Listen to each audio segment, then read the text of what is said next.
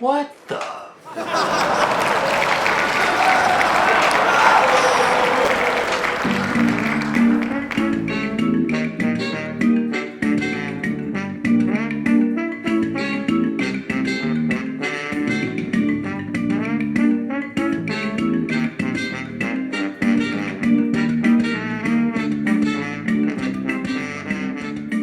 How's it going, guys? Cameron here, Canadian Gamer, coming at you with another Fast Thoughts video.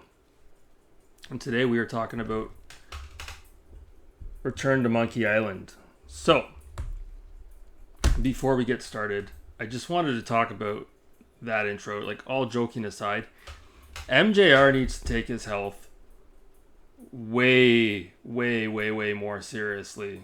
Because if he doesn't, and I know I'm going to get some flack for saying this, that guy is going to have a heart attack within the next 5 to 10 years. He is way overweight. He shouldn't be concerned with going to Norway. He should stop YouTube altogether. Go get professional help. Okay, find a way to get your weight under control. Because if you don't, all of this that you're doing right now, MJR, as far as YouTube and popularity and fame and notoriety, it's going to mean nothing if you're 6 feet under. Because we've seen it happen before with other YouTubers. As soon as you croak, a week later everybody forgets about you and they move on. Maybe you don't care, but a lot of us do enjoy your content, all joking aside, and we'd hate for anything bad to happen to you. So yeah, for MJR's sake, like, he really needs to, and I'm saying this to be nice. I'm not saying this to be mean. He needs professional help. He needs to stop it with YouTube. Stop it. And he needs to devote like 110% of his time towards fixing his health, because he is like, he's never been super skinny, but like, wow, he's over 300 pounds. It's sad to see him go down that road. So the next thing, on a more positive note, I tested out my rock candy Wiimote that I picked up while I was in Montreal. Look how fucking bright this thing lights up. Holy God. Yeah. So, short video here. We were talking about Return to Monkey Island. Now, a little bit of a backstory. Back when I was growing up in the 90s, my favorite genre of games was actually point and click. And even to this day, I would say it probably still is. I don't play them as much, but I really love a good point and click adventure. I really do.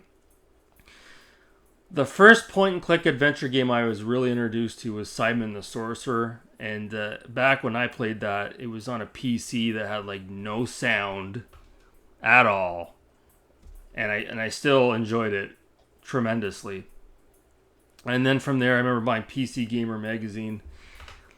And that's when I first saw Circle of Blood, which is Broken Sword for anyone who lives overseas. But in Canada and the US, it was called Circle of Blood. And I remember buying that game. I was absolutely absorbed with Circle of Blood and Broken Sword 2. Those games, oh my God, so good. And then I did get into the Monkey Island games. I really did. I got into the Monkey Island games, and I loved the first 2 Monkey Island games. I barely even remember them. It's probably been 30 years now since I played them. So when I heard there was a new Monkey Island game coming out, I was so excited to pick this up. So Ron Gilbert, the co-creator of the series of Monkey Island, he actually only participated as far as development and programming in the first 2 Monkey Island games. After the first 2 Monkey Island games, it's my understanding he left LucasArts and he went on to do his own thing. And then Lucasfilm was sold or bought by Disney, and Disney owned the rights to the Monkey Island franchise, for those of you who didn't know that. And then a couple of years ago, Ron Gilbert approached Disney and asked if he could reacquire the rights to Monkey Island, which he did. And his new company, Terrible Toy Box, are the developers of this Return to Monkey Island, published by Devolver Digital. Now, I actually just going to throw this out there. I have, is it the fourth game or the fifth game? I think it's the fourth game. I think this is the fifth game, isn't it? I have the fourth game on the PS2 right here. Actually, let me just pull it out. Escape from Monkey Island. Not bad. I never actually finished it. I got to go back to it.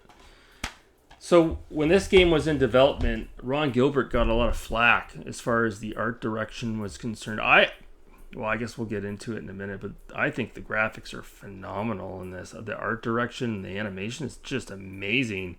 Walt Disney, Don Bluth-esque in this game. Good Lord.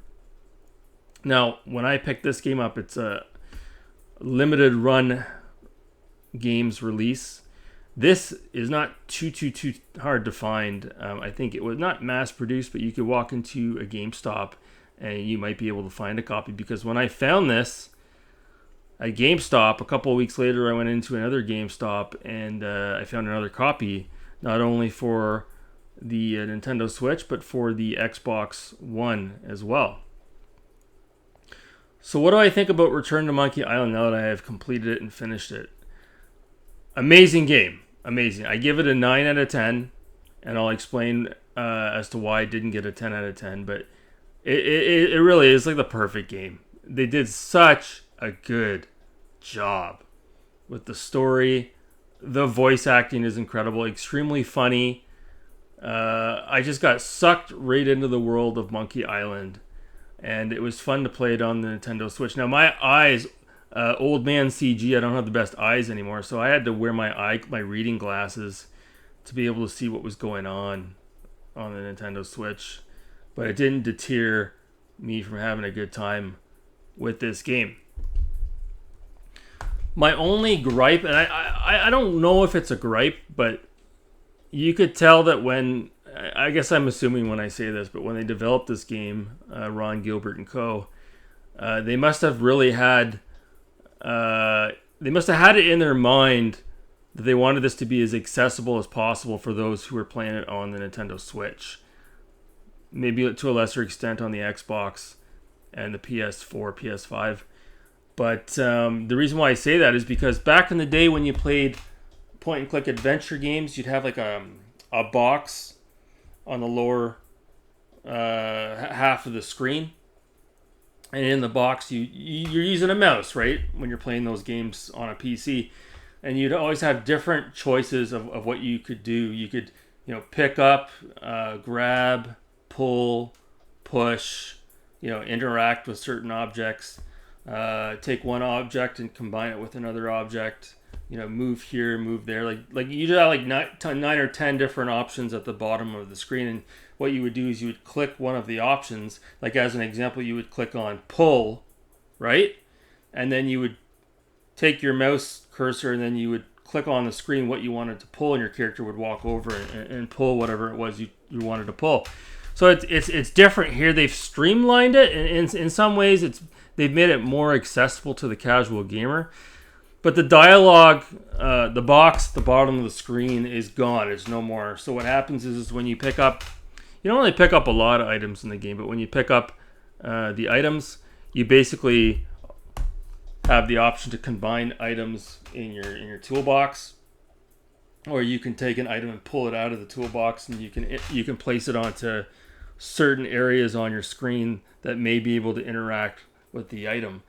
So I don't necessarily have a problem with that, but it's almost like they've created point and click adventure for dummies in a way, and I could see how old school gamers such as myself might be turned off by that aspect of it, because in essence it made the game quite a bit more accessible, like I said, to the casual audience, which I guess makes sense, because a lot of gamers in the year 2024, if they were to play a point and click adventure like I remember, they may not have the patience for it. So now in this game, in the menu, there's an option to click hints, and it will give you any hint for any puzzle at any given time. And I admittedly used it way too much. And the reason why is because I am limited on time. So anytime I was working on a puzzle, I'd work away at it for 10, 15 minutes. And if I couldn't figure it out, I would go ahead and check out the hints. So that's more of a me problem than it is as far as this game is concerned, because there are some tricky puzzles. And when I clicked on the hints and I got the answer, I'm like, wow, it probably would have taken me the better part of a day to figure that out. But yeah, no, this was good. This was just as good as any of them. You know, is it as good as the original Monkey Island or LeChuck's Revenge? It's been so long. I really need to go back and play them. And as a matter of fact, the special edition of Monkey Island and Monkey Island LeChuck's Revenge Part 2 was released on the Xbox 360 and the PS3 in PAL territories. It got a physical release. Really cool release where you could check out the enhanced, upgraded visuals, or you could flip it back to the original visuals from those old PC games.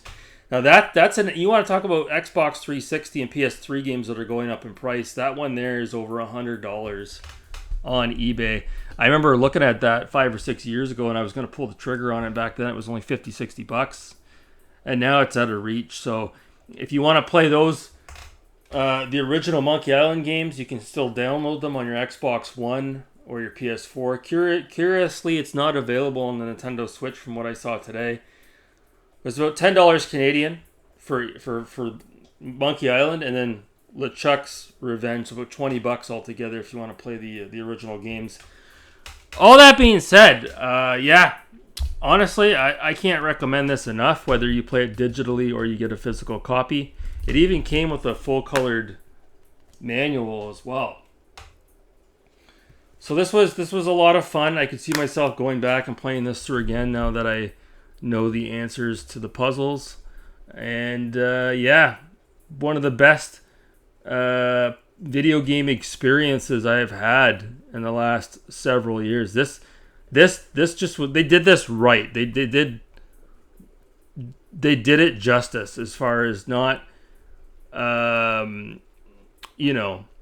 milking the franchise, so to speak. This is just this is back in true form, as I can't speak today. This is a return to form, and I really hope Ron Gilbert and Terrible Toy Box, I hope they come out with another one. I really, really do. Now all we need is a Broken Sword compilation pack released for the Switch. That would be awesome. I would like to pick up Grim Fandango and Full Throttle as well. Maybe I'll pick that up someday as well. But yeah, for now, 9 out of 10. Amazing game. Do do do do do do do do do do do do do do.